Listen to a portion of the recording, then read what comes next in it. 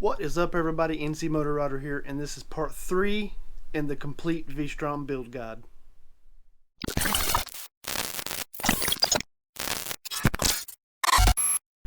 In this part 3 video, I'm going to be talking about wiring.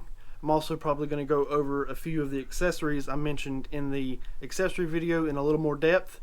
So let's get started. So to get started, first and foremost, make sure you have a good battery. I don't know how many issues I've personally had just because the battery wasn't strong enough, it didn't have enough power, it didn't charge right, just some sort of issue the battery is having that's causing an assortment of other issues. I keep mine on a tender. Obviously you don't have to do that, especially if you ride your bike a whole lot, like every day. I know a lot of people will probably be riding more since it's getting warmer, but even if you do not ride it, you don't technically have to have it on a tender, but it's always good to keep it on one just to make sure the battery's charged. So first and foremost, please make sure you have a good battery. Now this is my fuse block.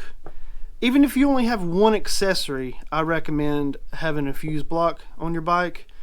Not only does it keep you from having a bunch of different wires coming from your battery, you can also, like I have mine, set it up on a trigger so anything powered cuts off with the ignition.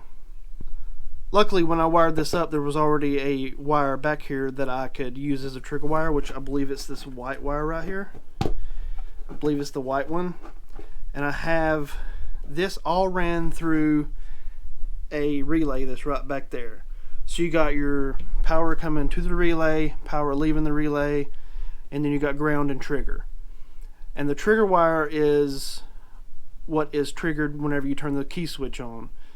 So I have heated grips, I have 2 sets of LEDs, I have this, which is a 12-volt socket because I do have a air pump that I carry that plugs into a 12-volt socket, so I just have this back here just in case I need it.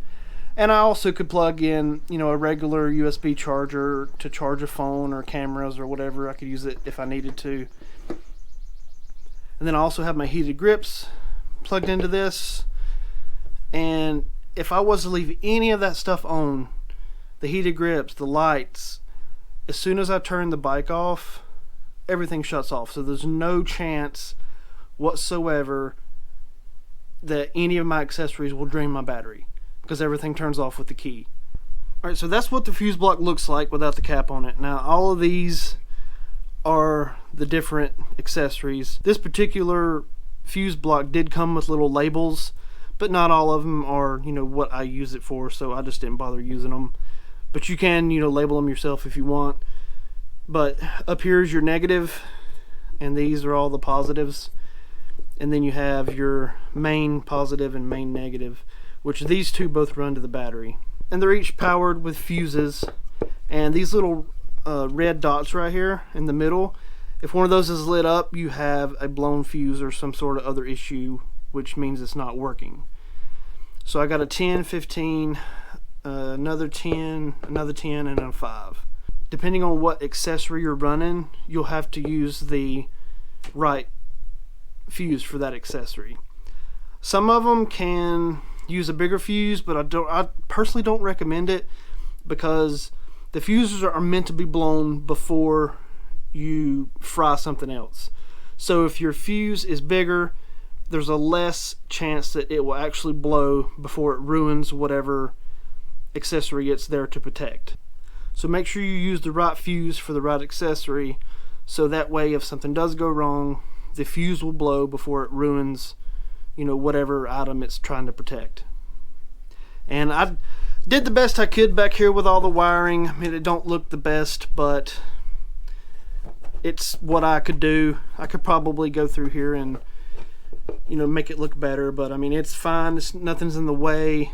And I also forgot I do have a heated jacket plug that I keep back here for cold weather. This is the tender that I use right here. That's the plug for it, and it is actually the actual battery tender junior. Works great, never had an issue with it. It keeps the battery charged up.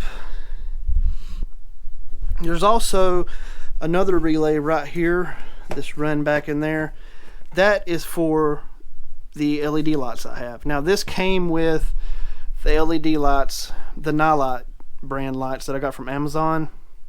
Speaking of Amazon, one of these fuse blocks can be had on Amazon for around, I think I give 11, 12 bucks for these.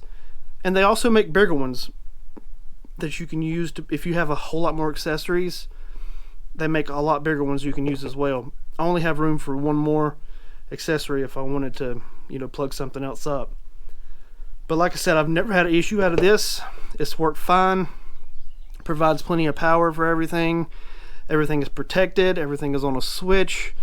So if I was to leave anything on, there's no way it can drain my battery, because when I turn the bike off, all the power is shut off to everything. So that's crucial, is to try to keep everything on a trigger, so whenever you turn your switch off, all power is gone to everything. The bike, accessories, everything. That is how I have my bike wired, and everything works great. No issues. Alright guys, so that is pretty much it for the wiring. Just wanted to do a short video just to kind of give you guys an idea of what I have going on here. It is a simple thing to do. It will protect your accessories, and it will protect your battery most of all from going dead because you left a light on, or because you left heated grips on, or something of that nature. It's inexpensive and it's not hard to do for protection of your battery.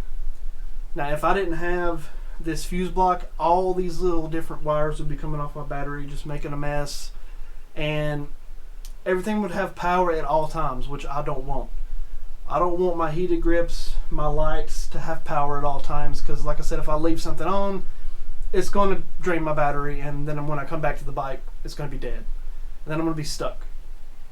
Unless you or a friend of yours has some sort of a jump pack. But definitely check the fuse block out on Amazon. Check out the Nilight Light Kit. I'll put a link in the description for both of these so you guys can check them out. If you're not subscribed to the channel, definitely subscribe. If you like this video, give me a thumbs up, and I'll see you guys in the next video.